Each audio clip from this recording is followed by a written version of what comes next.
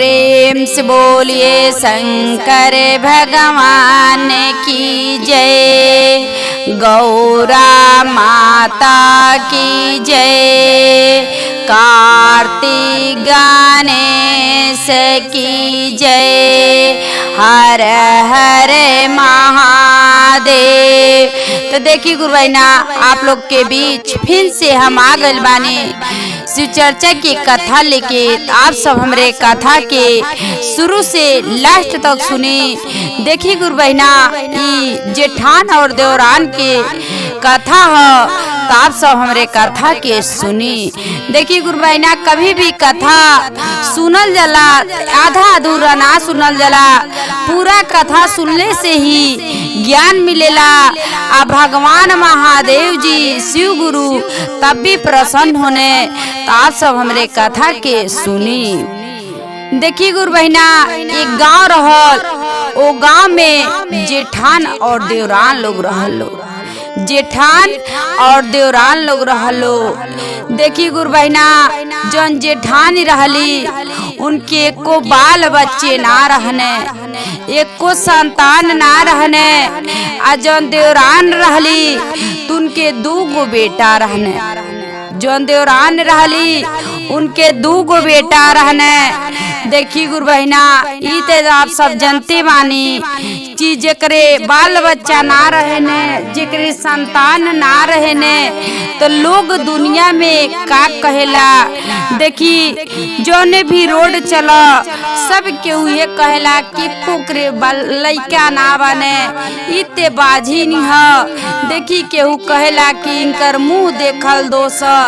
ते गुरु बहना, उहे उनकर हाल रहल कि बेचारी कहीं रोड ध के जात रहली तो कोई ना कोई बोल देत रहल, देखो ये बझिनिया के मुंह देख लेनी, अब हमार बनल काम अब बिगड़ जाए। देखी गुरु बहना, घर में के जौन देवरान ते ताना मारत रहली, मरते रहली, लेकिन देखी गांव गड़ा के लोग भी कोई ताना मार देत रहल।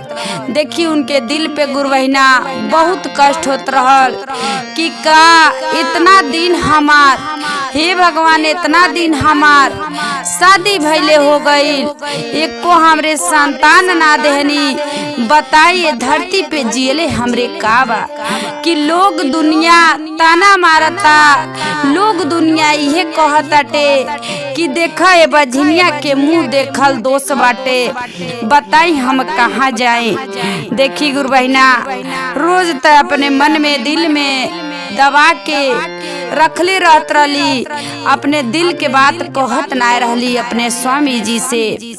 एक दिन गुरु बहना का भइल कि चिंता उनके बहुत रहल, कहतली अपने स्वामी जी से कि हम एगो बात ही आपसे कहतनी। कहने की का कहतलू, तो बताई इतना दिन हमन के शादी भइले हो गई, आ केहू हमन के को बाल बच्चा संतान ना भइने, कि कहल जाला कि बेटा ना एगो बेटियो हो जात तब वो बाझिन के मुंह छूट जात।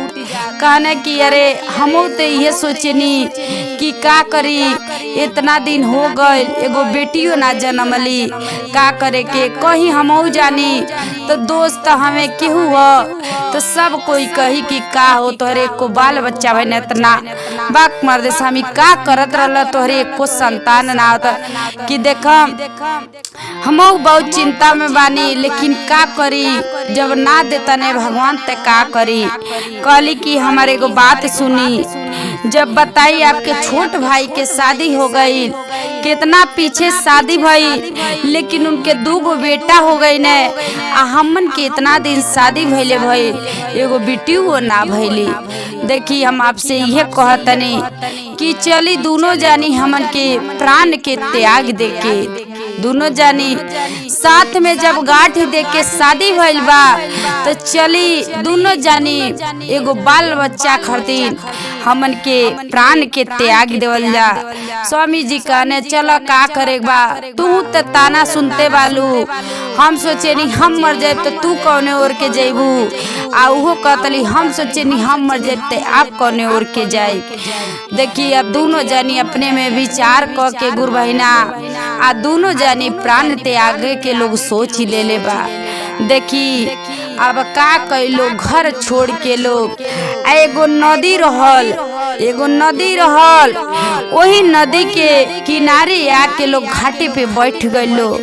अब पहले घाटे पे बैठ के लोग खूब बढ़िया से बातचीत लोग कहले हलो करता लोग, कहता लोग कि हे भगवान ई ते जन्म हमन के बिगड़ले बा, ई ते जन्म हमन के बिगड़ल बा, संतान के मुंह ना देखनी, लेकिन अगला जन्म हमन के ना बिगाड़ब। देखी गंगा माई में जब कुछ कहता लोग कूदे के तो कहता लो हे गंगा माई अब ते हम आप में प्राण त्याग देतानी, लेकिन हमन के जौन अगला जन्म दोनों जानी के देव तो संगही में देव, लेकिन ऐसा ताना बोली सुने के ना देव।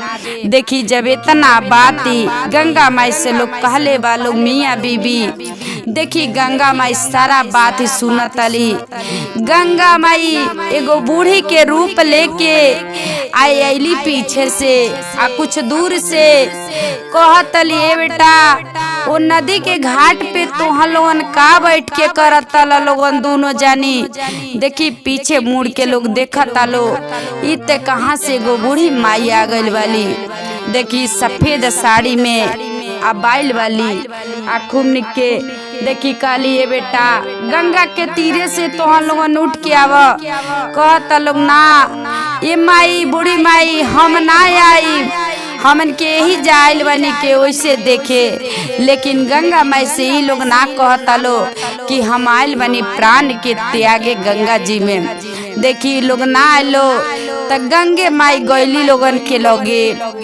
देखी दोनों जानी गांठ जोड़ के लोग आ नदी के घाट पे लोग बैठ के आ प्राण त्यागे के लोग सोचले बालो।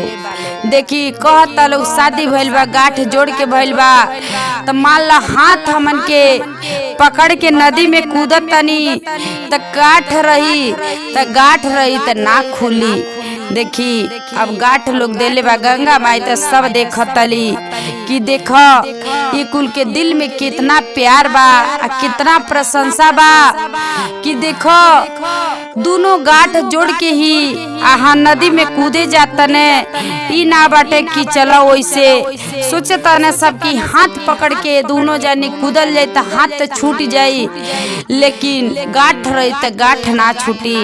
गंगा माई कहतरी ये बेटा सही सही बताओ आखिर में का करे लोग नदी के घाट पे बैठल वाला लोग कहता लोग ये माई बूढ़ी माई वैसे आयल बनी के हवा बार खाए आ हई लहर जौन बा उ लहर हम देखतानी। कहली गंगा में ना हम तोहलन के बाती पे विश्वास मनबे ना करब, आखिर में सच बतावा लोगन का करे लोगन आइल वाला। देखी जब तक लोग सच बतावा लोग ना तब तक गंगा माई वहाँ से हटल ना बटी, तब तक गंगा माई हटल ना वाली जब तक लोगन के दिल के बात मियाँ बीबी के जनले ना बाली तब तक वहाँ से हटल ना बाली। देखी गंगा माई जब जान गई कहली ये बेटा सुनो तो लोगन बतावा या ना बतावा, लेकिन हम तो लोगन के दिल के बात हम बतावत तनी। अरे तोलन के शादी भइले 18 वर्ष हो गइल बा आ तोहन के संतान ना होता ने। सोचत तला इहे लोगन की एगो बेटी भी हो जैती तब वो हमन के खुशी रहत, लेकिन तोहन के कुछ संतान ना होता ने। आ यही खातिर तोहन जात ल ये गंगा में नदी में प्राण के त्यागे। देखी दोनों जानी बहुत चकित लोग हो गए लो, आखिर में कैसे हमरे दिल के बात ई बूढ़ी माई जौन वाली तो कैसे ई जान गइल वाली। देखी कहली बूढ़ी माई की देखा बेटा ना बतैला लोगन तो हम तोहलन के बता देहनी, लेकिन अब हमार बात मानो। देखो तू महादेव जी के जाने लो, महादेव जी के जाने लो, शंकर भगवान के जाने लो कहने हाँ। तो देखो जौन उनके सिर पे बैठल बा जटा, वो जटा में गंगा जी है, वो जटा में गंगा जी है। लेकिन अब हमार बात सुना, जाके तू सोमवार के दिन भगवान के, शंकर भगवान के, महादेव जी के जाके दोनों जानी एक लोटा लोगन जल्दी है लोगन आ जल दे के आ जवन तोहरे मन की बात बा सब वो अपने मन की बात लोगन कहिया लोगन। देखी कहली कि सोमवार के व्रत करे के आ जौन प्रदोष आवेला प्रदोष के व्रत करे के आ कहली कि अपने घरे शिव चर्चा भी जब तो हलोन के सब पूरा हो जाई, जौन मन्नत बा उ मन्नत पूरा हो जाई तो हलोन अपने घरे शिव चर्चा कहवा दिह। देखी इतना बात बूढ़ी माई कहली आ जब कह देली वहाँ से दोनों जानी के मियाँ बीबी के वापिस घरे कह देली आ दोनों जानी लोग घरे लौटल लो। अब का कर लोग नहा धो के सोमवार के दिन शंकर भगवान के मंदिर में जाके आ जल लोग चढ़ावे लोग। देखी गुरु बहिना ऐसे 2 महीना बीत गए। 2 महीना के बाद उ जौन रहली उनकर देवरान और जेठान लोग रहलो तो जेठान के 2 महीना के बाद वो गर्भवती हो गईली। जे नदी के घाट पे देखी गुरबैना गईली रहली प्राण के त्यागे। अब वहाँ गंगा माई बूढ़ी के वेश से आके अब बता देली भोलेनाथ के पूजा करे के 2 महीना के बाद वो गर्भवती हो गईली। जब 2 महीना के बाद गर्भवती हो गईली मियाँ बीबी लोग बहुत खुशी लोग हो गए लोग कि चला इतना दिन के बाद हमार गर्भ रुकल न, हमरे संतान होई न। देखी धीरे धीरे उनकर पेट जनाए लगल। केहू देखे ते कहे काहे हो तुअर पेटवा फूलता। देखी का कहे 9 महीना के बाद गुरबहिना उनके गर्भ से बहुत सुंदर के एगो पुत्र पैदा भइने। 9 महीना के बाद उनके गर्भ से बहुत सुंदर पुत्र पैदा भइने। अब देखी गुरबहिना उनके घर में इतना खुशी, जे उनके बाजिन काले रहल, जे उनके अन्य प्रकार के बात बोले रहल, अब सब केहू उनके दुआरी पे आइल। देखी सब केहू कहल कि देखा हम ना जानत रहनी कि भगवान की पूजा कैले से कुछ मिलेला, लेकिन देखा तू से की बतावल भगवान की पूजा कैले से तो कि आज संतान मिल गई। देखी गुरबहिना अब का कैली अपने घरे शिव चर्चा कहवली आ शिव चर्चा कहवा के अब देखी मियाँ बीबी आ लइका तीनों जानी बहुत खुशी से लइका पाके लोग बहुत खुशी से बालो।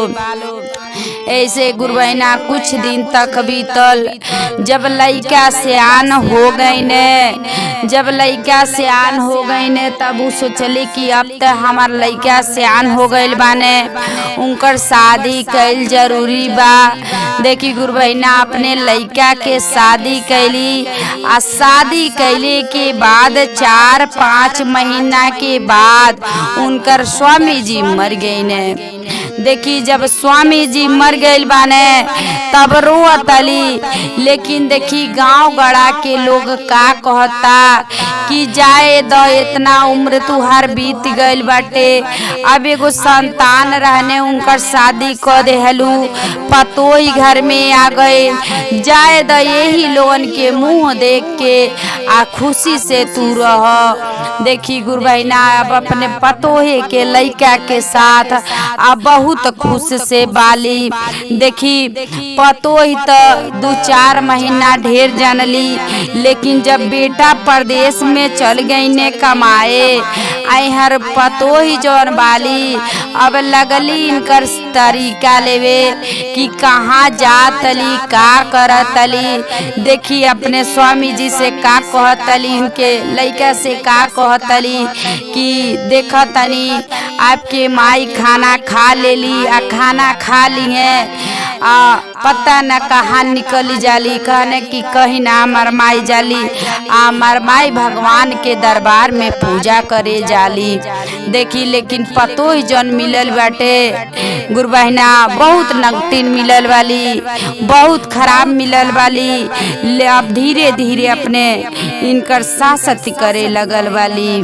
देखी लेकिन ये अपने दिल के बात केतनो पतोई सासत करतली, लेकिन अपने बेटा से ना कहतली। अपने बेटा से ना कहतली कि ये बेटा अजन तोहर मेहरारू वाली ऐसे ऐसे हमरे संगे करेली, ना कहतली। ऐसे ना कहतली कु सोचतली का सास पतोह के बीच में का एगो झगड़ा होखे कि लोग आई, अगल बगल के लोग आई तमाशा देखे। यही से वो अपने मन के बात बेटा से ना कहतली। एक दिन गुरु बहिना का भइल कि पतोही पकौड़ी छानत रहली, तब तक उ चल गईली। पकौड़ी छानत रहली तब तक उ किचन के लगे चल गईली। कहतली का करे तू अइलू हो? कहली कुछ खरती नानी तो हम पकौड़ी छानतली, सोचलू हो कि आवतनी महकली तगही हमके मिल जा। कहली ना ई ना, हम अपने मन में सोच के आईनी है, हम वैसे आईनी है। देखी गुरु बहिना पतोही का कैली, घर में तेल लेके अपने सास के ऊपर फेंक देहली। अब सास के मुंह कहीं कहीं जर गई, आ जब जर गई तो झलका पड़ गई।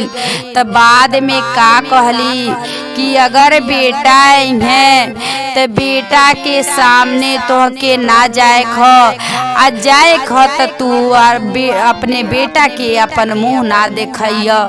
कहली कि ठीक बा, जैसे कहली वैसे सोचत रहली कि का सास पतोह के बीच में आ का झगड़ा होखे। देखी अब का भइल गुरु बहिना, जब बेटा परदेश से आईने तो बेटा के सामने घुघुट कैले वाली, आ बेटा बोलने तो बस कहली खुश, बेटा से बोलबो ना कैली। कहने बेटा घर में गए ने मेहरारू से कहने कि आखिर में माई काहे ना बोलत तली, तो कहत माई काहे बोलत ना वाली, आ माई पहले तो हमरे सामने ना घुघुट काढ़त रही कब्बो, लेकिन काहे माई घुघुट काढ़ले वाली। कहली ऐसन बात बाटे कि आपके माई के मुँह पे कीड़ा रेंगल बाटे, तेही से आपके माई मुँह ना देखावतनी। कहतनी हमार बेटा देखी तो बेटा देख के हमार मुँह घिना जइहे, आ यही से ना देखावतली। देखी साँझी के खाना बनवली, आ खाना बना के आ खूब बढ़िया से अपने मर्दे खियोले वाली। आ देखी अपने मर्दे के डरन सास के भी देहली वाली खाना खाए के। जब सास खाना खा लेली तब देखी सूत गल सब केहू। अब आधी राती के उठ के अपने सास से का कहतली, हो सुबेरे तो के घर छोड़ के चल जाए खो, काहे से अगर बेटा मुंह तुहार देख लेने तो तू का जवाब देबू, बेटा तुहार मुंह ना देखे। देखी सब पतो जैसे कहली वैसे सवेरे उठल वाली, अब बेटा ना उठल बने आ घर छोड़ के आ चल गईली। देखी जाके गुरु बहिना जात जात उनके कहल जला एगो भगवान के महादेव जी के मंदिर मिलल, वही मंदिर पे जाके सोचतावतली। तेगो बाबा रहने कहतने कि आखिर में काहे तू इतना हारल थकल आ काहे बैठल वालू। कहली वैसे बहुत तेज के हमके प्यास लगल बा, कहाँ नलका बा। देखी बतौले बाने साधु बाबा आ पानी पियले वाली। अब वही जा रहली आ रोई के आ कुछ दिन तक पूजा पाठ कैले वाली। अब साधु बाबा पूछतने कि कहाँ घर दुआर तोहार, देखी बतावत ना वाली। लेकिन साधु बाबा कहतने कि ना तू हमके बताव। देखी साधु बाबा से बतौले वाली सारा बात। साधु बाबा कहने सुना, तू हमार बात सुना। तुहसे इहे कहतनी कि जितना तुहार पतो तोरे साथे सांसत कैले वाली आ जितना तो के दुख देतली, इस सारा दुख जाके अपने बेटा से कहिया। आ बेटा देखा तुहर बात मान जइहे। कली ना, हम ये सोचतनी सास पतो के बीच में झगड़ा ना होके। देखी यही से हम ना अपने बेटा से कुछ कहले बानी। अब बे हमार बेटा जान जइहे तो उनके बड़ी मार मरिहे। देखी कहने साधु बताव, तोहरे संगे इतना अत्याचार होता, तोहर पतो करतली तो तुहके अच्छा लगता। अगर बताओ अपने बेटा से ना कहबू तो तोहर पतो ऐसे करिए। देखी साधु बाबा के बात मान के कहली ठीक बा। अहर बेटा से पतो का कहले रहली कि देखी जितना हमार जेवर रहल आपके माई लेके भाग गईली। देखी यार बेटा ते बहुत रिसियाल बाने, कहतने आज के बाद से माई घर में आ गईली तो हम उनके रहे ना देव। आखिर में अपने पतो के ना हित भैली, अपने पतो के जेवर चुरा के लेके चल गईली बेचे। देखी लेकिन जेवर चुरा के असरा उगाड़े रख देले रहली कि हाँ उनकर बेटा न जाने।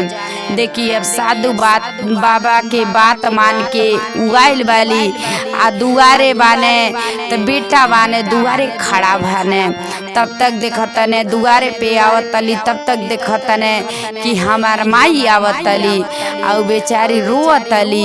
कहतने कि काहे रोअतलू, आ तू ते हमरे मेहरारू के जितना जेवर रहल सब लेके तू भाग गइलू।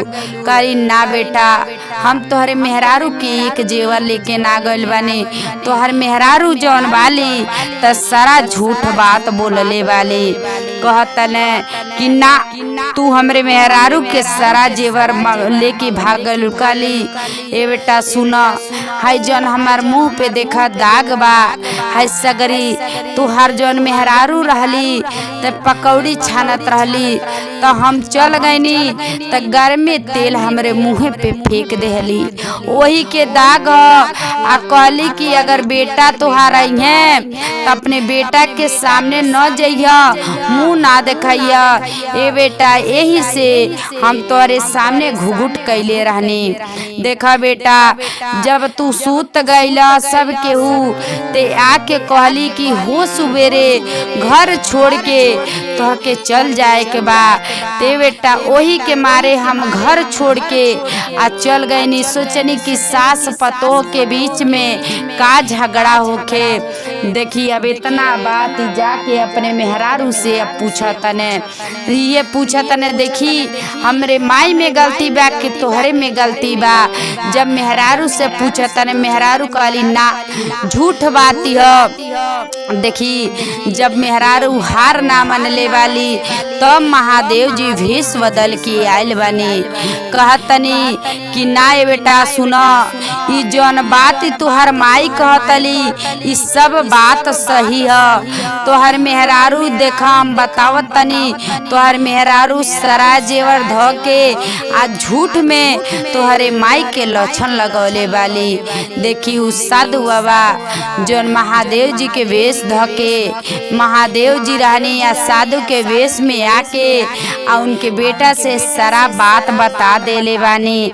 आ जब सारा बात ही बेटा जान गइल बाने गुरु बहिना, अब अपने माई के कहतने ये माई जब इतना अत्याचार होत रहल, इतना गलती होत रहल तो काहे तू हमसे बतैलू ना, हमके तू बतावे के चाही ने।